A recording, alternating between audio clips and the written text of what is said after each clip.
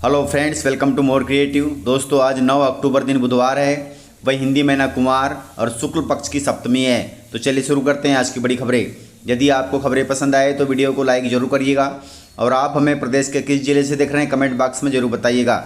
दोस्तों, यदि आप चैनल पर नए हैं तो चैनल को सब्सक्राइब कर बेल आइकन पर क्लिक कर दें ताकि अगला वीडियो आपको शीघ्रता से मिले। आप हमारे फेसबुक और इंस्टाग्राम पेज को फॉलो जरूर करें, इसका लिंक डिस्क्रिप्शन में दिया गया है। दोस्तों, सरकार ने ऐलान किया है कि मध्य प्रदेश के ग्रामीण क्षेत्रों में होगा विकास। इसके लिए बनेंगे 150 नए ब्लॉक। मध्य प्रदेश में बढ़ती जनसंख्या और शहरी विकास को ध्यान में रखते हुए 68 साल बाद पहली बार 100 से 150 नए विकासखंड बनाए जा सकते हैं। इसके अलावा राज्य में मौजूदा ब्लॉकों का भी पुनर्गठन किया जाएगा। इसके लिए आयोग ब्लॉक के गठन की रूपरेखा तैयार कर सरकार को सौंपेगी, जिसके बाद नए ब्लॉकों के लिए रास्ता साफ हो जाएगा। वहीं राज्य में नए ब्लॉक के गठन के लिए केंद्र सरकार से मंजूरी लेनी होगी।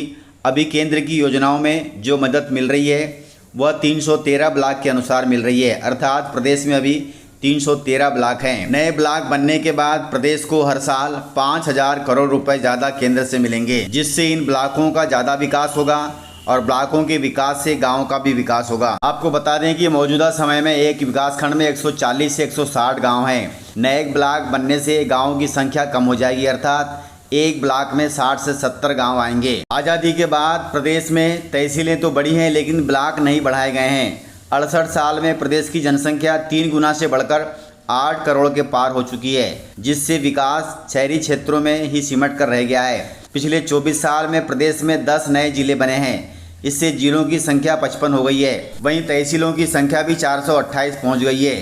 इतने समय में एक भी नया ब्लॉक नहीं बना है। इसलिए आज अंतिम छोर के गांव की ब्लॉक से दूरी करीब 100 किलोमीटर से ज़्यादा है।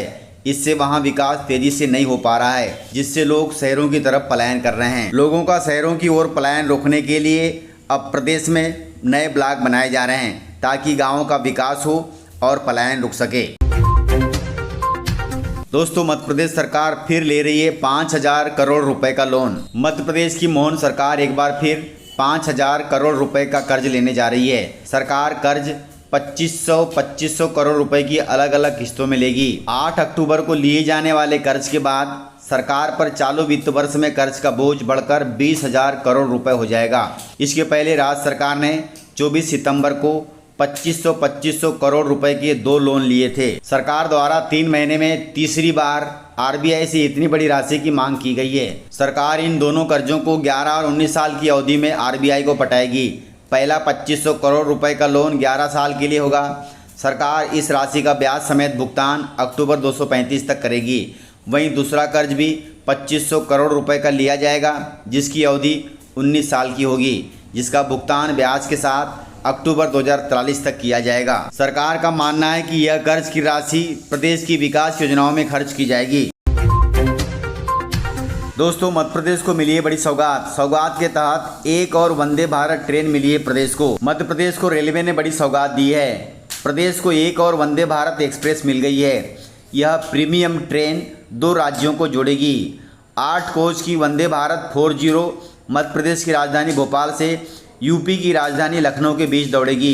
भोपाल के रेल अधिकारियों के अनुसार वंदे भारत 40 प्रीमियम ट्रेन की मंजूरी मिल चुकी है। यह वंदे भारत ट्रेन एडवांस सुविधाओं वाली होगी, जिसकी सुविधा प्रदेश की जनता को मिलेगी। दोस्तों, मध्य प्रदेश को मिली है 97 नई सड़कों की सौगात। केंद्रीय कृषि मंत्री शिवराज सिंह चौहान ने प्रदेश को बड़ी सौगात दी है। शिवराज सिंह चौहान ने पीएम जनमन योजना के तहत मध्य प्रदेश की 97 सड़कों को मंजूरी दी है। इसमें 187 करोड़ रुपए की लागत से इन सड़कों का निर्माण किया जाएगा। शिवराज सिंह चौहान ने बताया कि प्रधानमंत्री नरेंद्र मोदी के नेतृत्व में केंद्र सरकार ग्रामीण क्षेत्रों में बेहतर आवागमन सुनिश्चित करने के लिए दृढ़ संकल्पित होकर कार्य कर रही है। इस दिशा में ग्रामीण विकास मंत्रालय ने मध्य प्रदेश में सड़कों को स्वीकृति दी है, जिससे प्रदेश की जनता को मिलेगा बड़ा लाभ। दोस्तों, किसानों के लिए बड़ी खबर है। कृषि मंत्री के गृह जिले में किसान खाद के लिए परेशान हो रहे हैं। मध्य प्रदेश के मुरैना जिले में किसान खाद की कमी से परेशान हैं। पिछले 1 हफ्ते से खाद की मांग बढ़ी हुई है, लेकिन किसानों को उनकी ज़रूरत के अनुसार खाद नहीं मिल पा रहा है। किसान सुबह से ही खाद बिक्री केंद्रों पर लाइन में लगे रहते हैं, लेकिन खाद की उपलब्धता नहीं हो पा रही है। मुरैना में किसानों ने रात 2 बजे से खाद के लिए लाइन लगाना शुरू कर दिया था, जबकि यह जिला प्रदेश के कृषि मंत्री का है। जब प्रदेश के कृषि मंत्री के जिले में यह हालात हैं तो प्रदेश के बाकी जिलों में क्या हाल होंगे, आप अंदाज़ा लगा सकते हैं। दोस्तों, भारत के सबसे करीबी दोस्त इजराइल पर होने वाला है बड़ा हमला। पाकिस्तान रच रहा है विनाशकारी साजिश। हमारे पड़ोसी देश पाकिस्तान की ओर से इजराइल को परमाणु हमले की धमकी दी गई है। जानकारी के अनुसार पाकिस्तान की सरकार और सेना ने इजराइल को खुली चेतावनी दी है और कहा है कि अगर उनके खिलाफ कोई हमला होता है तो वे परमाणु हथियारों का इस्तेमाल करके इजराइल को जवाब देंगे। वहीं यह बात केवल शब्दों तक सीमित नहीं रही, बल्कि पाकिस्तान का यह बयान एक विनाशकारी योजना का संकेत दे रहा है जो दुनिया को भी सोचने पर मजबूर कर रहा है। आपको बता दें कि यदि पाकिस्तान और इजराइल में युद्ध होता है तो यह दुनिया के लिए सबसे बड़ी सुनामी लेकर आ सकता है। वैसे तो इन दोनों देशों के बीच सीधे जंग की संभावना बिल्कुल भी नज़र नहीं आ रही है, लेकिन अगर दुनिया के सभी इस्लामिक मुल्क मिल जाएं तो इजराइल पर हमला किया जा सकता है और ऐसे में पाकिस्तान भी शामिल हो सकता है। वहीं दुनिया को डर इस बात का है कि पाकिस्तान एकमात्र मुस्लिम देश है जिसके पास परमाणु हथियार हैं। ऐसे में एक बड़ा खतरा दुनिया पर मंडरा रहा है। दोस्तों, हरियाणा में बीजेपी ने जीत हासिल कर ली है। हरियाणा चुनाव पर बोले हैं मुख्यमंत्री मोहन यादव। हरियाणा राज्य में बीजेपी की जीत पर मुख्यमंत्री डॉक्टर मोहन यादव ने कहा कि असल में ये चुनाव कांग्रेस का नहीं था बल्कि राहुल गांधी के फेल होने का था। मुख्यमंत्री ने कहा कि निश्चित रूप से भाजपा की सरकार बनेगी। जो 10 सालों में काम किया है उसी की देन है और प्रधानमंत्री नरेंद्र मोदी की कार्य पद्धति का असर पड़ा है और यही कारण है कि हरियाणा में तीसरी बार भाजपा की सरकार बनने जा रही है। इसके लिए उन्होंने सभी निर्वाचित जनप्रतिनिधियों को बधाई भी दी। दोस्तों, किसानों के लिए बड़ी खबर है। एमएसपी से कम दाम में फसल बेचने को मजबूर हैं किसान। इंदौर जिले से खबर है। इंदौर जिले में दूर दराज से खेती करने वाले छोटे किसान सरकारी मंडियों तक नहीं आ पाते और गांव की ही मंडियों में जो भी दाम मिल जाता है उस पर अपनी फसल को बेच देते हैं। इंदौर में कपास की खेती करने वाले किसानों से जब बात की गई तो उन्होंने बताया कि हर फसल में उन्हें बड़ा घाटा होता है। उनके पास मंडी तक उपज पहुंचाने के लिए गाड़ियां ही नहीं है। गाड़ी भी ले लेंगे तो इतना डीजल जल जाएगा कि बचत ही नहीं होगी। इस विषय पर इंदौर के सांसद शंकर लालवानी जी से बात की गई तो उन्होंने बताया कि सरकार मध्य प्रदेश में कपास के क्षेत्र में सुविधाएं बढ़ाने की दिशा में काम कर रही है।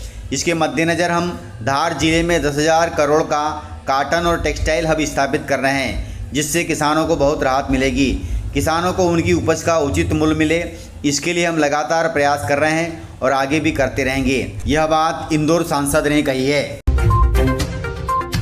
दोस्तों, प्रदेश के अतिथि शिक्षकों ने लाठीचार्ज के विरोध में स्कूलों का बहिष्कार कर दिया है जिससे बच्चों की पढ़ाई प्रभावित हो रही है। अतिथि शिक्षकों ने बीते 2 अक्टूबर को भोपाल में हुई लाठीचार्ज और एफआईआर के विरोध में स्कूलों का बहिष्कार किया है। कई जिलों में अतिथि शिक्षकों ने रैली निकालकर देश के राष्ट्रपति, प्रधानमंत्री और प्रदेश के राज्यपाल के नाम एक ज्ञापन भी सौंपा है। वहीं अतिथि शिक्षकों ने सरकार को चेताया है कि अगर उनके खिलाफ हुई एफआईआर को वापस नहीं लिया गया तो वे पूरे प्रदेश में जेल भरो आंदोलन चलाएंगे। आपको बता दें कि प्रदेश के ज़्यादातर स्कूल अतिथि शिक्षकों के भरोसे चल रहे हैं। अतिथि शिक्षकों के स्कूल बहिष्कार के चलते हजारों स्कूलों में ताले लटके हुए हैं। वहीं प्रदेश के शासकीय स्कूलों में स्कूल शिक्षा विभाग में 58,000 व ट्राइबल में 35,000 अतिथि शिक्षक वर्तमान में कार्यरत हैं। अतिथियों के आंदोलन के चलते स्कूलों में बच्चों की पढ़ाई भी प्रभावित हो रही है। अब इस पर सरकार को संज्ञान लेना चाहिए और उन पर की गई एफआईआर को वापस लेना चाहिए, अन्यथा बच्चों को बहुत ही दिक्कत हो जाएगी। इस प्रकार से जानकारियाँ थी। तो मिलते हैं सर अगले वीडियो में, तब तक के लिए जय हिंद, जय भारत, जय मध्य प्रदेश।